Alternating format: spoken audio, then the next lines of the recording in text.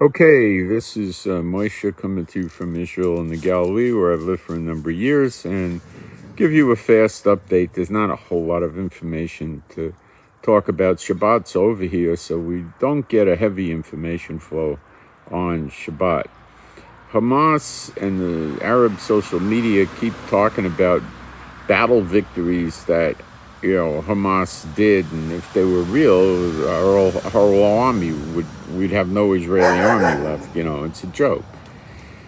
The Hezbollah upped the amount of border type skirmishes against Israel and the IDF up at the Lebanese border, and we have significantly enhanced our counterattacks against them. So far, nothing else from them. I think Hezbollah is just trying to go through some token efforts to try to keep our forces up at the Lebanese border and make himself look like he's really supporting Hamas when he's not doing much of anything. Iran shut their big mouth. Blinken came here and then he went to meet with various Arab state leaders in Jordan. I'm beginning to believe that whatever Blinken says he's going to cover at these different meetings with world leaders is not what he's really after. So I don't pay much attention to that anymore. We had a big lull in the amount of rockets coming out of Gaza from last night until late morning. They've got their rockets coming in again, but not anywhere near where they were. So we're getting over on them.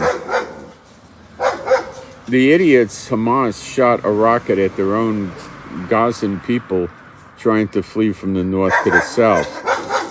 Previously, they were shooting them with snipers. And that stopped. Now they're shooting rockets at them.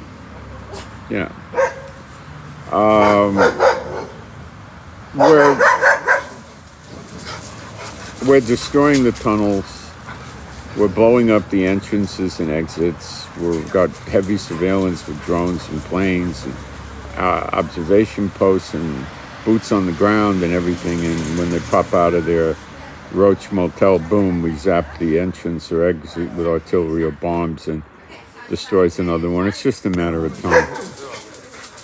They might be continuing to fight, thinking that in the final analysis we're not going to destroy all of them if they keep fighting. I think they're wrong. As long as they keep fighting, they're going to get destroyed. We're not going to stop as long as they stop. The idea for them, well, what's being told is unconditional surrender. That's the way to get out of this. They're in a bad way right now. It's just a brief matter of time, couple of days at most, probably, where we get into these hospitals where they have their big command posts under the hospitals, and we start blowing that up. It's basically over, Hope for them, hope is a thing long past. They need to stop firing rockets and start thinking about how to get themselves out of this. But the ones that were responsible for participating or planning or training or supporting the October 7th, what we call the Holocaust, Black Saturday or Black Sabbath, because it was a Sabbath, they're going to go for a war tribunal and probably get convicted and hung or shot or something. And they know that. And that could be hundreds of them or thousands, I don't know. So they're in a bad way, and they're not stopping. There's no signs of anybody helping them. Now, that does not mean that Iran and the Houthis and Hezbollah didn't tell them to keep fighting, we're going to help you, because they're capable of doing that. Hamas is cannon fodder to these people. That's all it is. Okay? The international community is screaming, we want a ceasefire, what are they supposed to say? Go get Hamas, go bury them. They can't say that. They can't say nothing because they're Muslim nations, so they say this. What are they going to do? You know, so, like I said in my video live stream earlier today, is the goal of this thing with all these resources in the Middle East is getting Iran. And, all you hear Blinken say is, oh, we don't want the war to expand, we don't want the war to expand. Well, he's going to expand it. The Houthis are relatively quiet. They're doing not much of anything. Russia is sort of quiet. China's sort of quiet. It's just we're just working our way through Gaza, keeping our casualties down as low as we possibly can. That's very important to Israel. And disabling them, and they keep sneaking out of the tunnels, firing rockets. There's 300 miles of tunnels, and we haven't destroyed, that many exits and entrances. It's the same thing, the porthole, the trap door, the cave, whatever. We haven't gotten all of them yet. We haven't even gotten close, but we're making it very difficult for them. And they'll pay for what they did. This is the year of recompenses. They're going to get their payback. What else? I'm having a little trouble getting some kinds of fruit here in Israel. Several supermarkets are not stocking, like peaches, nectarines. But we got plums yesterday. We get pears, we get apples. We don't get all the fruit. There's some shortages. It's probably going to the IDF, and they need it. Let it go to the IDF. It's good. Let them have it. Meat, breads, cereal, milk, soda, water, all that stuff is abundantly available. You got, many different brands to pick from. It's all there. We're getting deliveries again from UPS and DHL. The post office is still operating, of course, and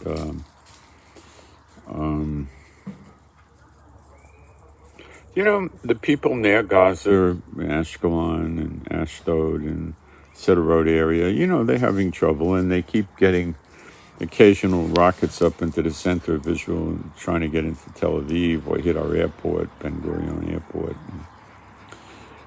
Syria is relatively quiet. Lebanon said now that if they fight against Hamas, there'll be a civil war that'll last for many years. So they would rather have a war with Israel, which the UN Security Council will make it stop pretty quick. Well, that's if America doesn't veto it, and if the UK doesn't veto it. Two big ifs, which I wouldn't plan on. I would think if Israel's going to do a preemptive strike on Hezbollah before America attacks Iran, it would happen after we've contained Gaza quite a bit more than what we have now. So it's not going to happen right away. But Israel's becoming way more aggressive in the counterattacks against Hezbollah in Lebanon. And it's rather obvious that Nasrallah doesn't want to light up the place and see what happens to him, When this is over, I'm going to guess the leaders of Hamas that are in Qatar better stay in hiding for about 30 years. No, they're going to be targeted. They're the ones ultimately responsible.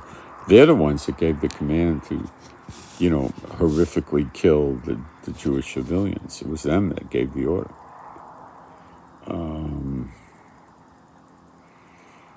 Jordan is quiet. He's barking at the moon. Oh, I want to see a ceasefire. Stuff like that. we got the missiles to stop pretty much for about 15 hours, and I think there'll be times in the next handful of days where you'll see the missiles stop for 24 hours or 36, and then a couple of missiles will come out. And Hezbollah is trying to take up the slack, but they got to be careful. We're hitting them harder and harder and harder, and we're doing very well. We're hitting these groups when they get ready to set up the missiles or the anti-tank missiles.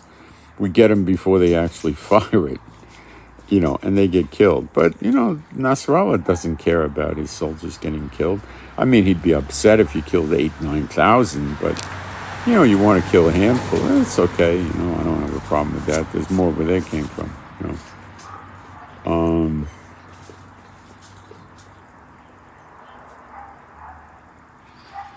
That's really about it. It's not been a really exciting day. There hasn't been, in terms of the war, there hasn't been that much. Hasn't been that much going on.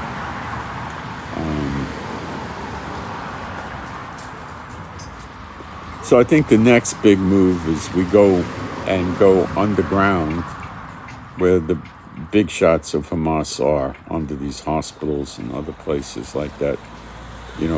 Live hostages, human hostages, human shield, And then we're not going to walk in with machine guns. We're going to, drop little gifts down there, TNT, things like that. And that's going to cripple them severely. And could be a day or two away, That's all it's going to be, The Gazans were complaining. They were given little packets of biscuits for food rations, and they expire in 30 days. They were complaining about the quality of the free food. So somebody should tell the UN that they should give them, bring in 800,000 or 900,000 T-bone steaks, with baked potatoes, and cook it for them. Hire some Michelin chefs and cook it for them and bring it in on heated trucks. Or else get those food trucks that sell food. They could buy 4,000 or 5,000 of those and put them in South Gaza. And, they could have waiters and ask them what they would like to eat today. Give them wine, coffee, Free food's not enough. They got a bellyache about what the food is, I don't think many of these people ever work. Israel is finished with workers from Gaza coming into Israel. That's something that's not going to revive. We're done. Well, it's okay. The European Union, the UN, America, and other countries will support them. They don't care. But this thing is not going to turn out the way any of these countries on either side think it will. It's going to go into confusion, erraticness, unexpected twists and turns. You watch Jehovah work. That's all I got right now. There's not a lot going on, So I'll keep updating periodically, and you could join me on Telegram. And I've announced that a million times. You download the app, Telegram Messenger. Install it, send me an email. My email's at the bottom of the description box. It's Israel Giving, one word, Israel Giving with the number 7 at the end. IsraelGiving7@gmail.com. Just write Telegram in the subject header. I update that 100 or 200 times a day, and you'll get all the latest blow-by-blow. The battles and all the videos and pictures and everything. I translate from Hebrew to English. I translate from Arabic to English. And now I'm picking up good information coming from a Iranian social media network. And I'm translating it from Farsi. But it's not exactly war information. It's about the problems in Iran. But it's good information. China apparently had a dam break, and they got bad problems with flooding over there.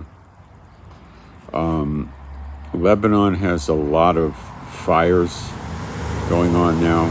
The scripture is, Lebanon, open your door. let the cedars of Lebanon burn, and well, they're burning. They shall swoop down on the shoulders of the Philistines. That's what's happening in Gaza.